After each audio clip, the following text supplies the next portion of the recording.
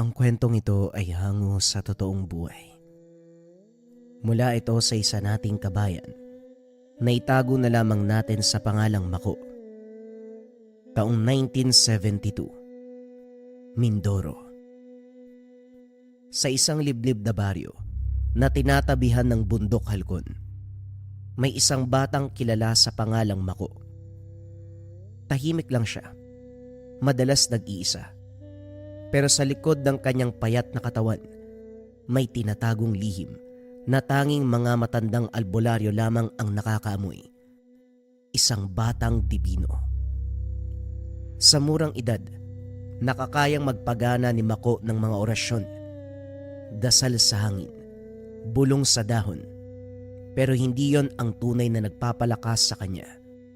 Sa gabi kapag lumalim ang dilim at bumagsak ang hamog, lumilitaw sa kanyang tabi ang nilalang na tanging siya lang ang nakakakita. Isang diwata ng kidlat na nagngangalang Anitan. Ang alagad ng unos, tagapagpadala ng kuryente ng langit. Si Anitan ang gabay niya. Hindi siya ang tipikal na magandang diwata. Ang balat niya ay kulay abo, parang ulap, bago umulan. Ang matay kumikislap na tila kidlat na humihiwas sa langit. Tuwing magsasalita siya, kumakalansing ang hangin at parang nagiinit ang lupa sa paligid niya. Pero sa harapan ni Mako, malumanay si Anitan. Siya ang nagbigay sa bata ng unang mutya ng pangil ng kidlat.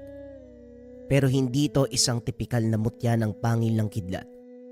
Sa kadahilan ng isa itong maliit na bato na parang naglalaman ng kumukulong liwanag.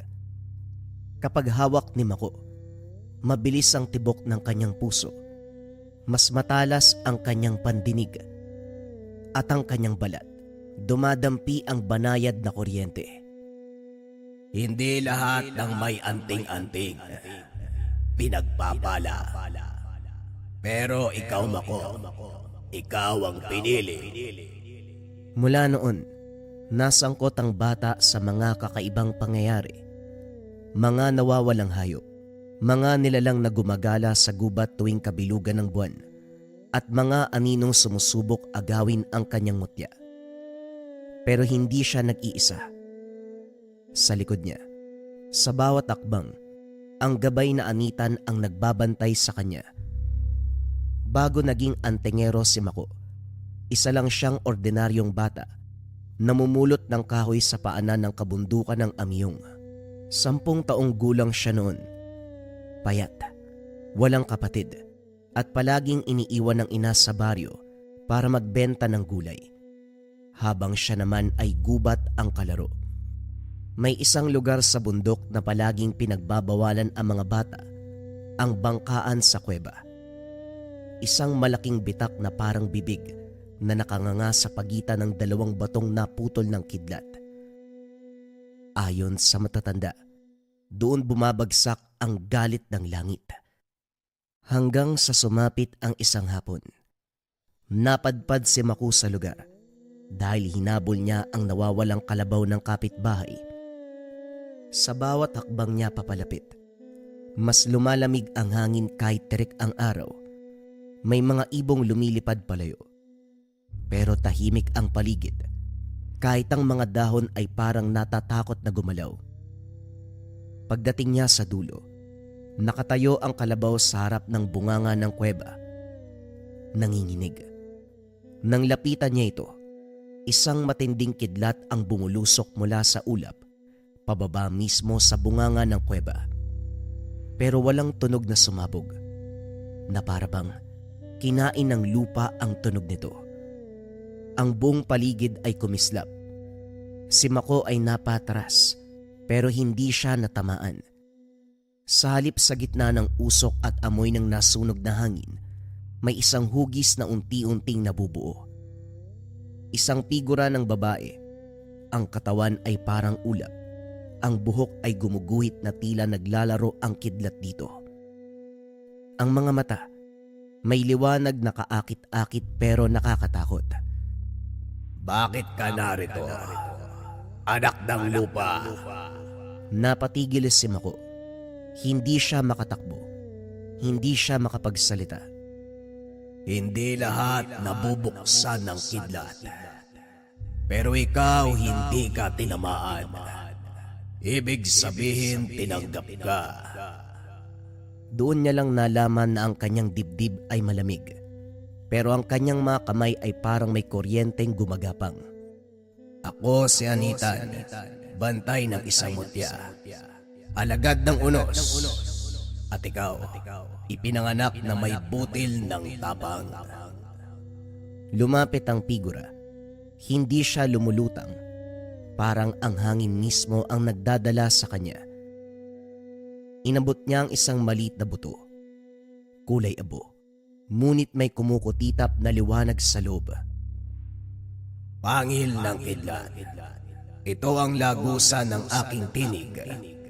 Tanggapin mo kung kaya mo ang bigat ng langit. Hindi alam ni Mako kung bakit, pero inabot niya ang kamay. Nang dumampi ang mutya, may dumaloy na init at lamig. At sa loob ng isang iglap, parang nakita niya ang buong bundok. Ang mga ugat ng puno, ang daloy ng hangin. At mula noon, nakarinig siya ng boses tuwing tatama ang hangin sa kanyang tenga. Hindi nakakatakot, kundi parang nagbabantay. Simula ngayon, kung tatawagin mo ko sa ngalan ng kidlat at orasyon ng hangin, ako ay darating.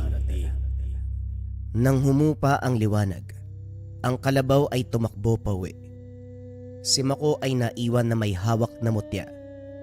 Hindi maipinta ang muka dahil sa gulat sa lahat ng mga nangyari. Lingid sa kalaman ni Mako na ito na ang simula ng kanyang pagsubok bilang isang dibino. Pagbalik ni Mako mula sa bangkaan na kuweba, nakita niyang nag-aagaw ang liwanag at dilim. Paglabas niya sa kuweba, ang mga ibong kalaw na dati maingay sa dapit hapon ay biglang tumahimik. Ang hangin ay parang may dalang banta. Sa baryo, napansin ng mga matatanda. Nararamdaman ko may nabuksang lagusan. Bulong ng isang albularyo habang nakatingin sa direksyon ng bundok Amiyong. Pero para kay Mako, ang gabing yon ay ordinaryo lang hanggang sa dumampi ang malamig na simoy at narinig niya ang bulong sa tenga. Mako, maganda ka. Kinagat niya ang labi. Karga niya ang mga paghakot ng kahoy pauwi. Pero ramdam niya, sinusundan siya ng kung anong mabigat. Presensya na galing sa gubat. Pagdating sa gilid ng sapa, nagsimulang kumalusko sa mga dahon. Isang amoy ang sumingaw, parang pinaghalong nabubulok na karne at basang lupa. Paglingon niya, may malamlam na pulang mata sa ilalim ng puno. May 3 nilalang ang lumabas mula sa dilim. Mga sigbin. Pero hindi yung karaniwang sigbin sa mga kwento. Mas malaki, mas maitim. Ang mga paa ay baliktad, nakaharap sa likuran. Parang kinain ng dilim ang balahibo. Ang dila nito ay mahaba at parang nababalot ng asim at bulok. Anak ng kidlat, ibigay mo sa amin ang mutya. Nagsalita ito pero hindi bibig ang gumalaw. Sa utak niya tumama ang boses. Mabigat at nakakasuka. Kinapa ni Mako ang mutya. Kinabahan siya, pero hindi pa naman handang umatras. Anitan, anong gagawin ko? Lumakas ang hangin. Ang buhok niya ay gumalaw. Huwag kang tatakbo. Huwag kang matatakot. Hawakan mo ang mutya. Sundin mo ang sasabihin ko. Nanginginig pero desperado. Sinunod ni Mako. Hinugot niya ang mutya mula sa bulsa. Kumikislap ito ng mahina. Sinunod ni Mako ang sinabi ng Anitan. Sa pagbigkas niya, biglang uminit ang hangin. Parang may sumisirit na kuryente sa mga sugat. Isang kidlat na kulay asul ang pumutok mula sa kanyang kamay. Humampas sa lupa sa harapan ng sigbin. Tumilapon ang lupa Parang may sumabog. Gumalaw ang nilalang. Umatras sandali pero hindi pa tapos. Sinubukang usalin uli ni Mako ang mga kataga. Pero tumalon ang mga nilalang. Mabilis siyang sinunggaban. Nakahanda na sanang kagatin si Mako. Nang walang ano-ano, biglang may isang malakas na alon ng hangin ang tumama mula sa gilid. At sa liwanag ng buwan, lumitaw ang hugis babae. Kulay ulap, nakalutang. Walang iba kung hindi si Anitan. Ngunit ngayon, hindi na siya maamo. Ang mata ay nagbabaga. Ang buhok ay kumikislap. Umatras ka, nilalang ng dilim. Bago pa makasagot ang sigbin, hinampas ito ni Anita ng isang kidlat na parang latigo. Tumilapon ang mga nilalang. Sumabog ang mga ito na parang usok na nasunog na balahibo. Naglaho sa gubat na parang abo. Huminto ang hangin, humina ang liwanag, at tumingin ang diwata kay Mako. Iba na ang itsura nito. Unti-unting naging maamo, maging ang boses ay nagbago. Ito ang unang babala. Kapag merong kang mutya, may mga maghahangad. Huminga ng malalim si Mako. Hindi niya alam kung matatakot ba siya o matutuwa. Pero isang bagay ang malinaw. Hindi na ordinaryong buhay ang tatahakin niya. Para hindi mahirapan si Mako, nagsabi ito kay Anitan na kailangan siyang sanayin upang magamit ng lubos ang mutyang tangan. Sumang-ayon naman si Anitan. Napangiti pa ito na animoy tuwang-tuwa sa sinabi ng bata. Nakikita ng nilalang ang pagkasabik ni Mako sa lihim na karunungan. Kinabukasan maagang tinawag ni Anitan si Mako bago pa sumikat ang araw. Paggising nito, katulad ng nakasanayan, hindi niya na naabutan ang kanyang ina dahil sa pagmamadali. Umaalis ito para maghanap buhay. Ang bata ay bagong gising pa. Halos madapa habang naglalakad papunta sa paanan ng kabundukan.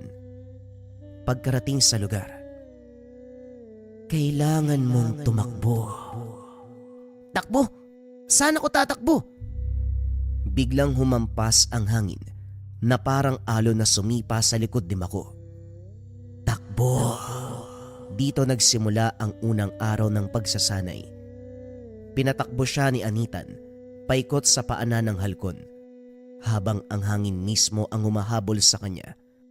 Parang pader na tinutulak sa kanyang likuran. Kung bumagal siya, sinasampal siya ng malamig na hangin. Kung titigil siya, hinihila siya nito para tumakbo muli. Pagod na pagod ang kanyang katawan at halos hindi na makahinga. Ilang ulit siyang pinatakbo paikot sa kabundukan. Hingal na hingalang bata, pero ngumiti si Anitan. Puso ang pinapatibay. Kapag mahina ang loob, walang silbi ang mutya. Ginawa ito ni Mako sa loob ng isang buwan. At matapos nun, dinala ng Anitan si Mako sa itaas ng bato. Napakatarik at madalas tinatamaan ng kidlat. Isara mo ang iyong mga mata. Ha? Anong gagawin ko? Makinig ka. Sa una, ang naririnig lang niya ay simoy ng hangin at kaluskos ng puno. Pero habang lumilipas ang minuto, parang may naririnig siyang mas malalim. Isang bulong. Parang mga ingay na naglalakad sa pagitan ng mga dahon. Mga nilalang na hindi nakikita pero totoo. Yan ang huni ng kalikasan. Kung hindi mo maririnig ang gubat, kakainin ka nito. Pagdilat niya ay nanginig ang katawan. Hindi dahil sa takot, kundi dahil may mga bagay pala na talagang gumagalaw kahit walang hangin. Isinabay ni Mako ang pagtakbo at pagmuni-muni sa paligid araw-araw. Nang matapos ito ni Mako, dumating na ang pangatlong pagsasanay. Ito na ang araw na halos ikamatay niya. Hinawakan niya ang mutya ng kidlat at pinaikot niya sa palad. Ngayon subukan mong pasunurin ang kidlat nang hindi ka napapasok. Pero paano kung... Sumirit ang kidlat mula sa mutya. Kumalat sa braso niya. Napaupo siya sa lupa. Umusok pa ang buhok niya sa gilid. Hindi ko kaya! Hindi pa siya tapos magsalita nang biglang kumawala ang anitan mula sa likod niya at hinawakan ang kanyang balikat. Ulitin mo. Pero, ulitin mo. Nilunok ni Mako ang kaba. Hinawakan muli ang mutya. Umilaw ito at nag-init habang papalapit ang kidlat kung saan siya palaging napapaso. Huminga ka muna. Isang dasal sa isip.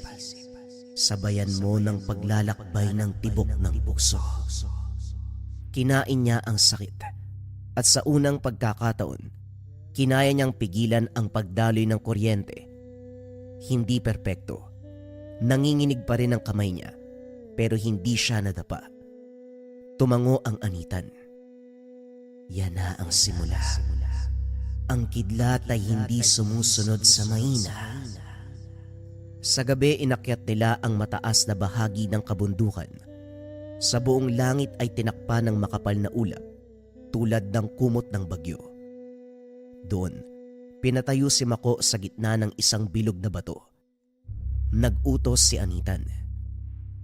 Gawin mo ang unang orasyon. Mabagal pero malinaw na binigkas ni Mako ang dasal na itinuro ng diwata. Sa ngalan ng hangin, sa anino ng kulog, buksan ang mata ng kalangitan at lakasan ang kalooban. Pumula ang mga ulap, umikot ang hangin, at mula sa ibabaw ay parang bumukas ang isang mata ng bagyo. Yan, ito ang tanda na kinikilala ka ng langit. Sa huling bahagi ng pagsasanay, binigyan siya ni Anita ng isang tanong. Handa ka bang ipagtanggol ang iyong baryo kahit kapalit ang buhay mo? Hindi mabilis ang sagot ni Mako, pero malinaw. Kung hindi ako ang gagawa, edi sino? Napangiti si Anitan. Hindi malambing, hindi mapanlinlang, kundi parang may bahid ng paggalang. Kung ganon, simula ngayon hindi ka na normal. Isa kang anak ng kidlat. At sa sandaling yun, bumagsak ang isang manipis sa kidlat sa kanyang balikat. Ganon na lamang ang pagkagulat ni Mako nang tumama ito sa balat niya at hindi masakit. Yan ang basbas ng kidlat. Humayo ka at gawin mo ang nararapat. Timbangin ang dapat timbangin. Kapag kailangan mo ko, ako ay darating. Huwag kang mag-alala dahil palagi akong nagbabantay. Matapos ang isang taong pagsasanay, nagpasya si Mako na bumaba mula sa bundok. Hindi upang mamasyal, kundi upang tignan ang kasalukuyang sitwasyon ng kanilang lugar. Hapon siya nang umalis papuntang baryo. Parang normal lang ang paligid. May mga batang naglalaro. May amoy ng nilutong kanin at ang araw ay dahan-dahang lumubog. Pero sa kabilang banda, may nararamdaman si Mako na kakaiba. Kirot na parang kumakagat sa hangin. Biglang huminto ang mutya sa kanyang dibdib. Hindi ito umiinit, kundi nanigas. Huminto ka. May humahawak sa daloy ng lupa. Sa dulo ng daan, may isang taong nakatayo sa tabi ng alon. Lalaki, payat, nakabalabal ng kupas na itim. Ang ulo ay bahagyang nakayuko, pero ang anino niya, hindi tugma sa katawan. Humahaba ito. Kusa itong gumagalaw na parang may sariling buhay. Ikaw ang bata na may dalang kulog. Buong buo ang tinig na parabang nanggagaling sa ilalim ng lupa. Ang aga mong napili. Tumigil si Mako pero hindi siya umatras. Alam kong hindi ka taga rito. Mas matatag ang boses niya kaysa sa inaasahan. Napangiti ang lalaki, ngunit ang ngiti ay bitak-bitak. Parang hindi sanay ang muka sa ganong galaw. Kalahati lang ang natira sa akin. Ang iba ay nasa hukay na. Biglang umikot ang hangin sa paligid ng balon. May gumapang na mga insektong itim palabas ng bitak na lupa. Mga ipis, alupihan, uod, nagsama-sama na parang iisang katawan. Isa siyang mangkukulam, pumapaloob sa isang proseso para tumanggap ng basbas mula sa demonyong kanyang sinasamba. Basbas? Anong basbas? Basbas ng pagiging isang purong mambabarang. Pero hindi pa buo. Wala pa ang buong proseso, pero sapat na upang pumatay. Gusto ko lang makita kung totoo bang bumalik ang anitan o kwento lang ng matatanda. Wika ng mangkukulam. Bumigat ang hangin. Parang hinihila pababa ang mga paa ni Mako. Anitan. Anitan. Hindi kagad sumagot ang gabay. Sa halip, ang mutya ang unang umilaw na parabang nagbibigay ng babala. Ikaw rin. Batang Dibino. Wika ng mangkukulam sabay pitik ng daliri. Sumabog ang lupa sa likod ni Mako. May lumabas na itim na kamay. Puro sugat at insekto. Pilit humahawak sa kanyang paa. Napaigik si Mako pero hindi siya sumigaw. Ngayon, ipakita mo sa kanya kung bakit ikaw ang pinili. Hinawakan ni Mako ang mutya. Binigkas ang orasyon na binigay ng anitan sa kanya. Sa ngalan ng hangin, sa mata ng kulog, palayain mo ang lupa. Sumabog ang hangin. May isang puwersang tumangay sa mga insekto. Nasira ang itim na kamay. Ibinagsak ang mangkukulam sa tabi ng balon. Hindi pa buo, pero nararamdaman ko na. Kapag natapos ang kalahati ay babalikan kita. Wika ng mangkukulam habang duguan ang labi.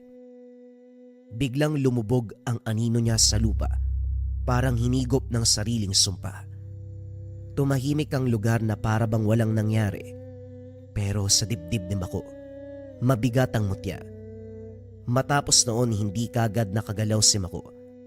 Para siyang tinigal po ora mismo. Hindi to makagalaw sa kanyang kinakatayuan. Napaisip si Mako ng malalim. Bakit kaya wala man lang albularyo na nakapansin sa taong yun? Akmang papawi na sana si Mako nang biglang nakasalubong niya ang isang kaibigan. Nagmamadali ito habang naglalakad. Kinausap niya ito. Tinanong kung ano ang dahilan ng pagmamadali. Yung lolo beryong ko, pati yung iba pang mga albularyo, kasalukuyang ginagamot ng kapwa nila manggagamot. Ha? Bakit naman, anong nangyari? Puntaan mo na lang dun. May kukunin lang ako sa bahay ng lolo ko. Patakbong pumunta si Mako sa bahay kung saan ginagamot ang mga albularyo. Pagkarating sa lugar, nakita niya ang kalunos-lunos na kalagayan ng mga albularyo. Napamura si Mako dahil sa sinapit ng mga albularyo. Nagtanong siya kung ano ang naganap. O Mako, matagal din tayong hindi nakita. Inatake ni Fernan ng mga kapwa ko albularyo ng walang awa. Walang kaalam-alam ang lahat. Nakipagkasundo si Fernan sa isang demonyo, kapalit ang kapangyarihan. Ho? Sino po si Fernan? Ayon sa matanda, si Fernan ay isang antingero na kasapi ng kanilang samahan. Isa siyang mangkukulam, pero nasa mabuti siyang panig noon. Siya ang tagamasid ng kanilang grupo. Hanggang sa isang araw, may nakilala itong matandang babae na nilason ang kanyang isipan. Inalok siya ng higit na kapangyarihan. Sumang-ayon naman ito. Huli na nang malaman namin na nag-aaral pala ito ng pambabarang at ito ang kinalabasan. Binalutan niya ng sumpa ang mga kasama ko. Sa palagay ko, nakita ko na si Fernan. nakaharap mo siya? Saan at papano? Pinaliwanag ni Mako ang nangyari. Dagdag pa ng matanda na hindi niya kakayanin ang pakikipagharap kay Fernan at ang paggamot sa kanyang mga kasama. Nagpresenta si Mako na tumulong. Napansin ng matanda ang kakaibang presensya ni Mako habang nakatingin ito sa bata. Hindi mawari ng matanda pero nakaramdam siya. Panatag habang kinakausap niya si Mako. Sa isang kisap mata, napansin ng matanda ang biglang pag-iba ng kulay ng mga mata ni Mako. Naging kulay asul. Doon napagtanto ng matanda. Nag-iba si Mako nung una niya itong makita. Hindi man ikaw ang kausap ko ngayon, pero alam kong nakikinig ka. Bulong ni Tandang Rafael. Tumigil ang hangin sa paligid. Ang mga dahon sa lupa ay hindi gumalaw. Sa likod ng mga mata ni Mako, may kumurap na liwanag na parang kidlat. Hindi ko aagawin ng bata at hindi ko rin siya gagamitin. Sandaling tumagal ang katahimikan. Pagkatapos muling bumalik sa normal ang kulay ng mga mata ni Mako. Napakurap siya. Pasensya na po kayo, Tandang Rafael. Minsan po kasi kusa na lang ako nawawala sa sarili. Ganyan talaga kapag may gabay ka. Hindi ka palaging ikaw. Umupo ang matanda sa bangkuan. Nararamdaman ko ang langit sa paligid mo. Saglit na tumahimik si Mako. Tumayo siya at inilabas mula sa bulsa ang isang maliit na lumang palaspas na may ukit ng ulap at kulog. Ipinakita ni Mako ang gamit niya sa matanda. Ganun na lamang ang pagkagulat nito dahil alam niya ang patungkol sa maalamat na anitan. Mabaging langit, saan mo nakuha yan? Pinaliwanag ni Mako kung paano niya ito nakuha at kung anong hirap ang kanyang ginawa sa ilalim ng pagsasanay sa kanyang gabay. Napahinga ng malalim at napailing ang matanda dahil sa gulat sa kanyang nakita. Hindi man masabi ng matanda pero alam ni Mako, kinakailangan nito ng tulong niya. Hayaan niyo po na tulungan ko kayo. O siya, sige. Hindi ko naman to makakaya mag-isa. Aminin ko man o hindi, talagang kailangan ko ng tulong. Tumulong si Mako sa panggagamot sa mga albularyo at sa ilang araw niya napagpirme sa bahay kubo kung saan nakaratay ang mga albularyo. Unti-unting naging mabuti ang kalagayan nila sa tulong na din ng anitan na gabay ni Mako. Kasama sa pagsasanay ni Mako, ang pagbibigay ng anitan ng kaalaman patungkol sa mga ordinaryong kaalaman, mga usal na kinakailangan para maputol ang sumpa. Sa bawat araw na dumaraan, nagiging mabuti na ang lagay ng mga albularyo. Isang hapon habang pabalik na si Mako sa kubo, nakaramdam siya ng kakaibang lamig sa paligid. Hindi to malamig na simoy ng hangin, kundi parang bumabagsak na anino mula sa kalangitan. Tumigil siya at humarap sa bundok. Ramdam ang presensya ng anitan sa loob niya. Malapit nang maabot ni Fernan ang ganap na kapangyarihan ng mambabarang at mangkukulam. Napatingin si Mako sa kanyang gamit. Ganap, ibig sabihin, lahat ng natutunan ko, pwede ko nang magamit? Oo. Hindi lamang kalahating mambabarang ang kalaban mo ngayon. Makukumpleto niya na ang sariling sumpa at kapangyarihan. Napangiti si Mako. Unti-unti nang kumakawala. Masusubukan niya na ang lahat ng natutunan. Pero hindi lang ito laban ng lakas, kundi laban din ng puso. Huminga ng malalim si Mako. Ramdam ang init at lamig ng mutya sa dibdib. Ang hangin sa paligid. Ang pakiramdam ng lupa sa ilalim ng paa. Tama. Handa na po ako. Sa unang pagkakataon, naramdaman niya na ang pagsasanay magiging kapaki-pakinabang. Hindi na lang ito simpleng aral. Ito na ang pagkakataon na mailalapat niya ang lahat para harapin si Fernan at ang kanyang ganap na kapangyarihan. Sa dapit hapon, habang ang mga ulap ay dahan-dahang nagdidilim, nakatayo si Mako sa gitna ng daan. Hindi lamang bilang bata o antingero, kundi bilang batang handa na subukan at ipakita ang lahat ng natutunan. Sa una, wala namang kakaiba. May mga kuliglig na nagsimulang tumunog. May usok ng hapunan mula sa mga bahay, parang ordinaryong gabi. Ngunit may isang bagay na hindi tama. Huminto ang mutya sa dibdib ni Mako sa pagtibok. Anitan? Anitan? Hindi kagad sumagot ang diwata. Sa halip, may dumaan na amoy sa hangin. Amoy ng basang lupa na hinaluan ng dugo at bulok na dahon. Isa-isang namatay ang tunog ng kuliglig. Parang may nakinig. Sa gilid ng daan sa pagitan ng dalawang punong kahoy, may aninong bumaba kahit palubog na ang araw. Hindi ito malinaw, parang bahid lang sa mata. Pero nang humarap si Mako, naroon pa rin. Pinapakiramdaman ka niya. Hindi ka pa niya hinaharap. Sinusukat ka pa lang. Biglang may gumapang sa lupa sa paanan ni Mako. Isang ipis. Kasunod ang isa pa. Naroon din ang alupian. Hindi sila lumalapit. Umiikot lang sa kanya. Fernan, alam kong nandyan ka. Sa hindi kalayuan mula sa direksyon ng balon, may umalingaw-ngaw na tawa. Mahina, basag, at parang nanggagaling sa ilalim ng lupa.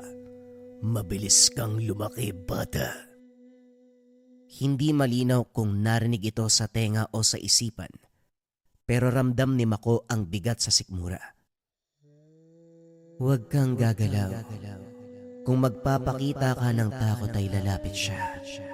Biglang dumaan ang malamig na hangin sa likod ni Mako. Nanindig ang balahibo niya. Sa lupa ay may lumitaw na maliit na ukit, parang ginuhit na kuko. Hugis simbolo na minsan niya nang nakita sa kanyang pagsasanay sa anitan. Isang barang? Ibig sabihin nga, nakumpleto niya na. Huminga ng malalim si Mako. Sa halip na umatras, inilabas niya ang palaspas at marahang itinukod sa lupa. Ilang sandali lang ay naghiwalay-hiwalay ang mga insekto, naglaho sa kadiliman. Humaba panandalian ang anino bago tuluyang maglaho. Bumalik ang tunog ng kuliglig na parabang walang nangyari sa lugar. Pero alam ni Mako, nagsimula na ang kalbaryo. At sa pagkakataong ito, hindi lang siya ang hinahabol. Maging siya, hinahamon na ni Fernan. Pagdating ng tahanan, nakita niyang nakatayo ang iilan sa mga albularyo. Ngumiti si Mako habang papalapit sa mga ito. Kinumusta ang albularyo. Tinawag na matanda si Mako sa kadailanang may nararamdaman itong kakaiba sa kanya. Mako, nakaharap mo na naman ba si Fernan? Opo. Sinusukat niya lang ako, sabi ng anitan. Hinamon niya ako Para bang gusto niya na magkaharap na kami. Anong gagawin mo ngayon? Napayuko si Mako. Malalim ang iniisip. Bumalik ang lahat. Ang unang kidlat sa kuweba, ang mga aral ni anitan, at ang kalahating anino ni Fernan na unti-unti nang lumalakas. Huminga siya ng malalim. Hindi to hinga ng bata, isang hinga ng pagpapasya. Ako po ang haharap kay Fernan. Wika nito. Napatingin si tandang Rafael. Sigurado ka ba? Ikaw ang haharap mag-isa. Tumango si Mako. Kung marami po ang sasama, mas marami ang masasaktan. Si Fernan, kumukuha siya ng lakas sa takot at sa dugo, pati na rin sa ingay at gulo. Kung haharapin ko siya mag-isa, wala siyang panghugutan ng lakas. Natahimik si tandang Rafael.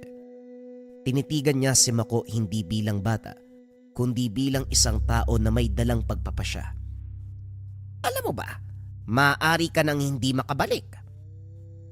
Dahan-dahang tumingala si Mako. Sa kanyang mga mata, may bakas ng kaba, pero mas nangingibabaw ang liwanag ng determinasyon.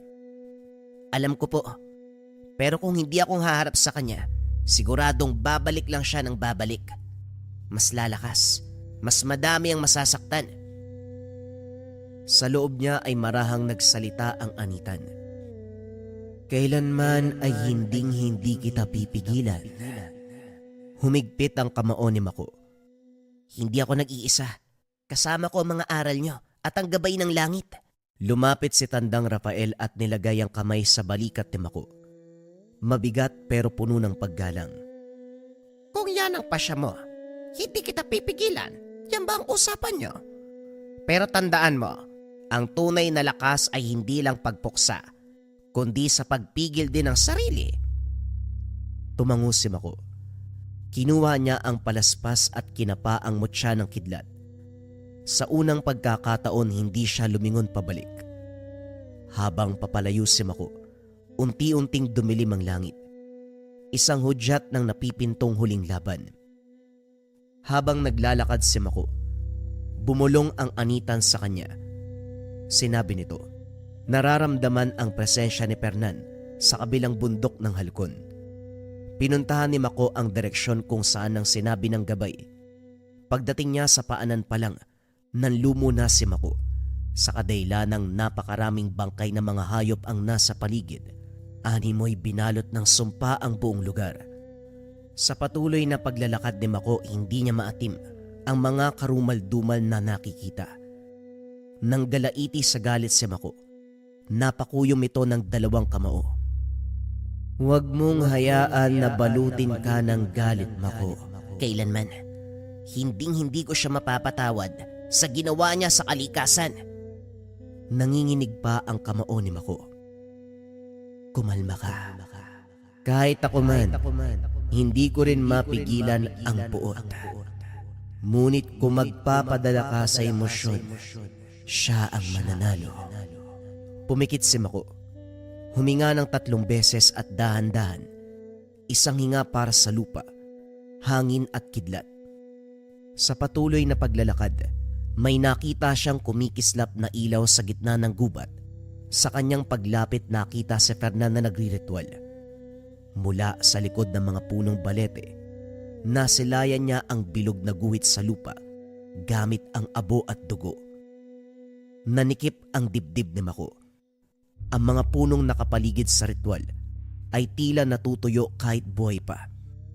Ang mga dahon ay nangingitim at ang lupa ay para may mga sugat na patuloy sa pagdurugo.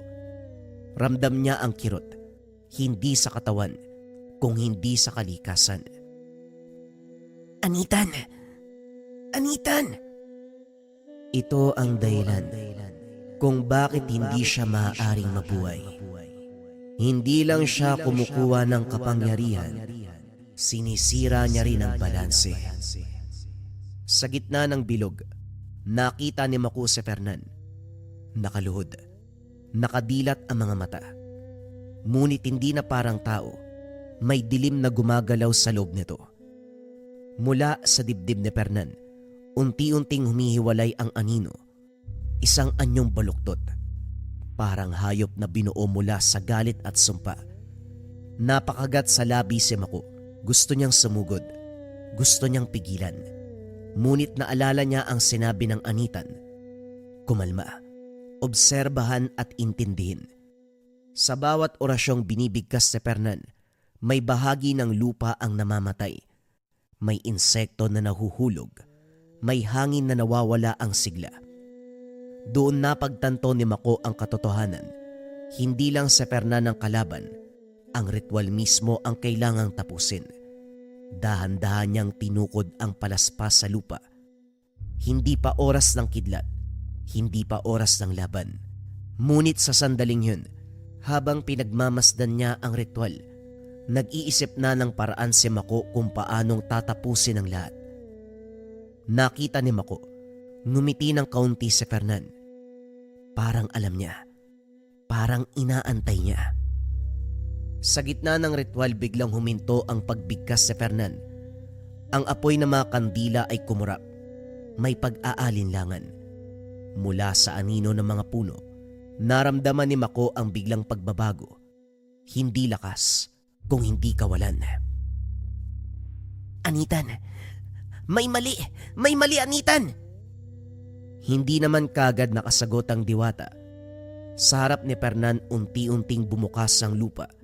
Hindi malalim pero sapat para ipakita ang laman nito. Isang lumang anting-anting na pamilyar ang umangat mula sa hukay. Hugis araw, may basag ito sa gitna. Nanlaki ang mga mata ni Mako. Yan ang anting-anting na mga albularyo. Protection yan, hindi sumpa. Ngumiti si Fernan, pero walang saya sa mukha niya. Marahil oo noon. Pero iba na ang usapin ngayon. Dahan-dahan niyang hinawakan ang anting-anting. Nang sandaling yon, isang alaala ang bumuhos sa paligid. Hindi ilusyon kundi bakas ng katotohanan. Isang batang umiiyak, isang tahanang nasusunog, isang pangakong binitawan kapalit ng kapangyarihan. Binigay ko ang huling bagay na nag-uugnay sa akin bilang tao. Hindi dugo ng iba, kundi dugo ng sarili kong pagkatao. Nabuhay ako sa puot ko sa mga albularyo na wala man lang nagawa para tulungan ang pamilya ko. Naramdaman ni Mako ang bigat sa sinabi nito. Kung ganon, wala ka nang babalikan? Wala na akong babalikan. Kaya nga buo na ako. Bigla niyang idiniin ang anting-anting sa dibdib. May tunog na parang nababasag na salamin. Kasunod ang pag-alon ng kadiliman. Ang anino'y kanina'y hiwalay. Tuluyang pumasok sa kanya. Nagbago ang tindig ni Fernan. Hindi na siya mukhang tao, pero hindi rin halimaw. Isang bagay na wala ng kaluluwa. Yan ang kapalit kapag pinili ang ganap na kapangyarihan ng sumpa. Tuluyang pinuputo ng sarili sa balanse ng mundo. Hindi awa ang naramdaman niya, kundi pag-unawa kung bakit wala nang pwedeng magligtas kay Fernan. Tapos na. Ngayon bata, tignan natin kung alin sa atin ang tunay na buo. Uminit ang mutya ni Mako. Kumidlat ang langit sa malayo, hindi bilang babala kung hindi pagtugon. At sa sandaling yon, alam ni Mako, ang susunod na hakbang ay hindi na pagputol ng ritual, kundi pagharap sa isang nilalang na isinuko na ang pagiging tao. Tumahimik ang paligid. Sa pagitan nila ang lupa ay basag-basag, parang sugat na hindi naghihilom. Magkatapat si Mako at Fernan. Hindi na nagsalita si Fernan. Hindi niya na kailangan. Ang dilim sa paligid ang unang gumalaw. Mga aninong parang usok na may hugis sa mga kamay. Lahat ng ito ay gumagapang sa lupa. Huminga ng malalim si Mako. Hindi siya umatras. Ngayon wag mo kong sandalan. Tumayo ka. Tumango si Mako. Idinampi ni Mako ang mutya sa lupa. Uminit ang mutya. Sa unang galaw pa lang ni Fernan bumulusok ang sumpa.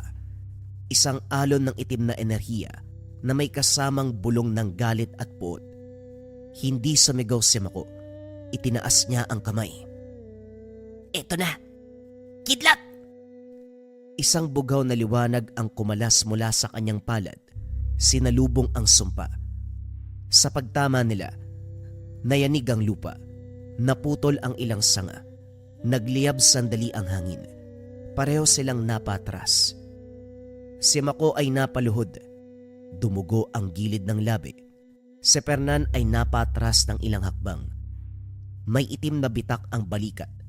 Parang nabasag sa loob niya. Sumaglit ang katahimikan. Ngumiti si Fernan. Hindi panunuya kung hindi pagkilala. Hindi ka na nga bata, pero hindi ka pa rin sabat.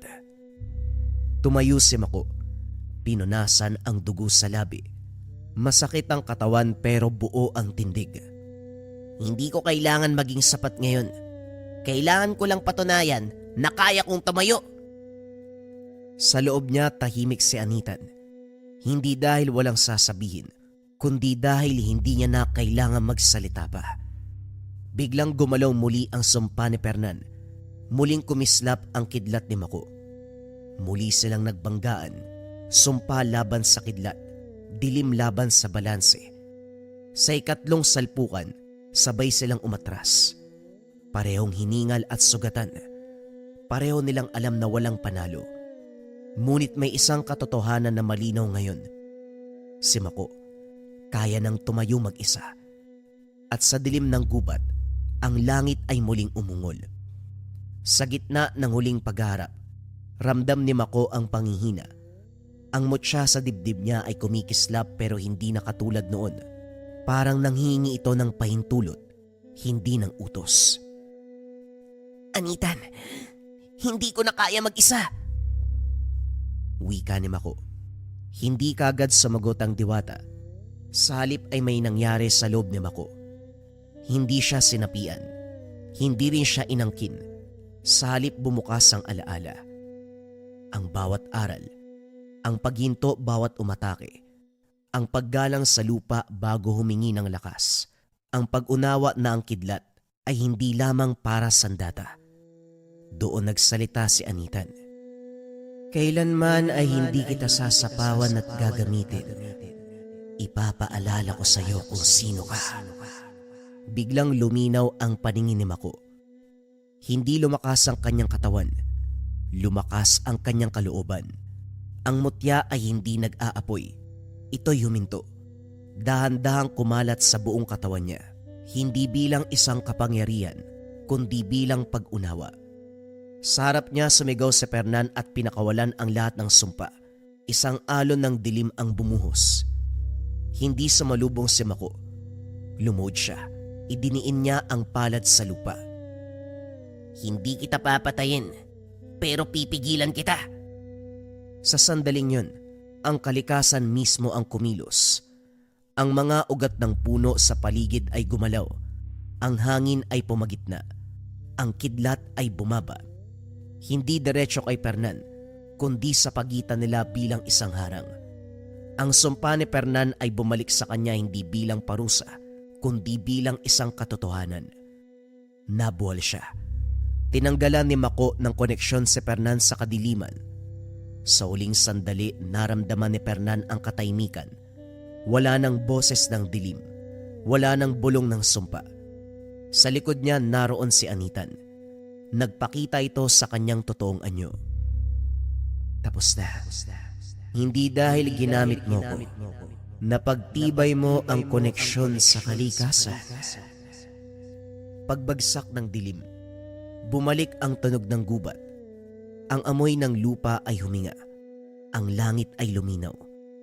Si Mako ay tumayo, hindi bilang sisidla ng diwata, kundi bilang taong natutong makinig sa mundo. Nang tuluyang humupa ang dilim, nanatiling nakalod si Fernan sa gitna ng gubat. Hindi siya namatay sa kidlat. Ngunit ang dating lakas na bumalot sa kanya, ang mga bulong, ang galit at ang sumpa, lahat ng ito ay naglaho. Parang hinubaran siya ng anino. Tinangka niyang tumayo, ngunit nang hina ang kanyang mga tuhod. Sa unang pagkakataon matapos ang mahabang panahon, katahimikan ang bumalot sa kanyang isipan. Wala nang tinig na nagtutulak. Wala nang kapangyarihan na humihila. Isang taong walang sandata at walang sumpa ang naiwan.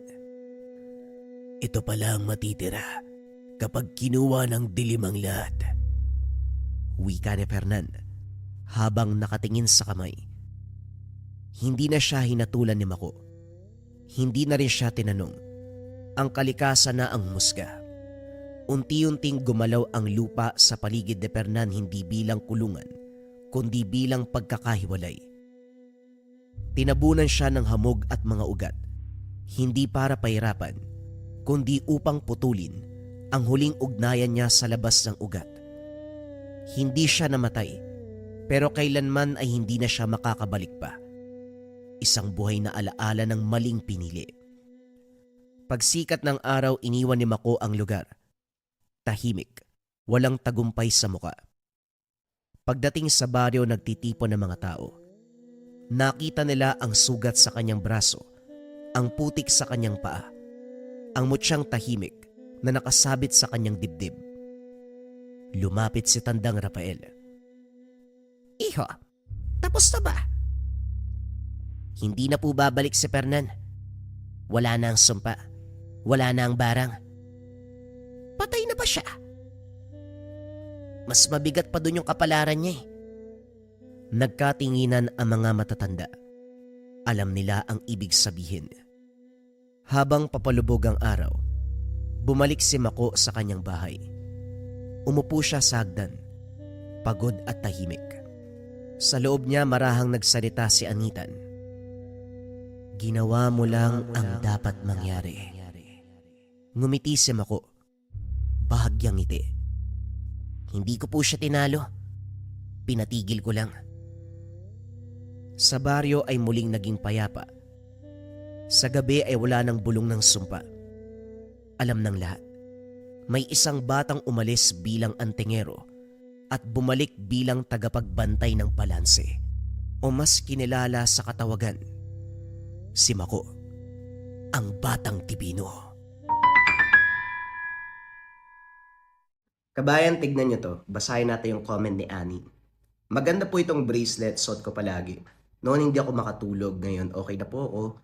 Okay na yung tulog niya, gumana ang katawan niya. Siguro gusto niyang sabihin, nahirapan siya matulog noon. Then pag suot niya nitong Maracuyo bracelet, naging maayos na yung tulog niya. Napakaraming kabayan natin yung nagpapatotoo dito sa Maracuyo. Pag pumapatungkol doon sa nahihirapan silang matulog sa gabi, yung may mga pangangati sa katawan, yung mga ginagambala. Pagdating ng Maracuyo, nakapagpahinga na sila ng payapa. At higit sa lahat mga kabayan, huwag yung kakalimutan yung kwento natin, yung nagpatotoo during live stream. Pagkasuot nila ng Maracuyo bracelet, naribueltahan kaagad yung mangkukulam na ospital yun ang gagambala sa kanila. Ang bisa kasi ng Maracuyo, depensa espiritual kontra sa lahat ng uri ng sumpa, kontra sa lahat ng negative energy, plus nandito rin yung tinatawag natin na rebuelta. Kung ano man yung sumpa na ibinigay sa inyo, ibinabalik doon sa taong nagbigay. Yan ang bisa ng Maracuyo. Pili na lang kayo ng kulay at design na gusto ninyo. We have 2 sizes available, small and regular. Paki-check kung merong yellow basket. If ever walang yellow basket, paki-search lang Maracuyo bracelet Lekha merchandise. Doon kayo kukuha sa merong 19,000 sold or 20,000 sold. Kasi yun yung legit. Yun lang mga kabayan ko. Maraming salamat.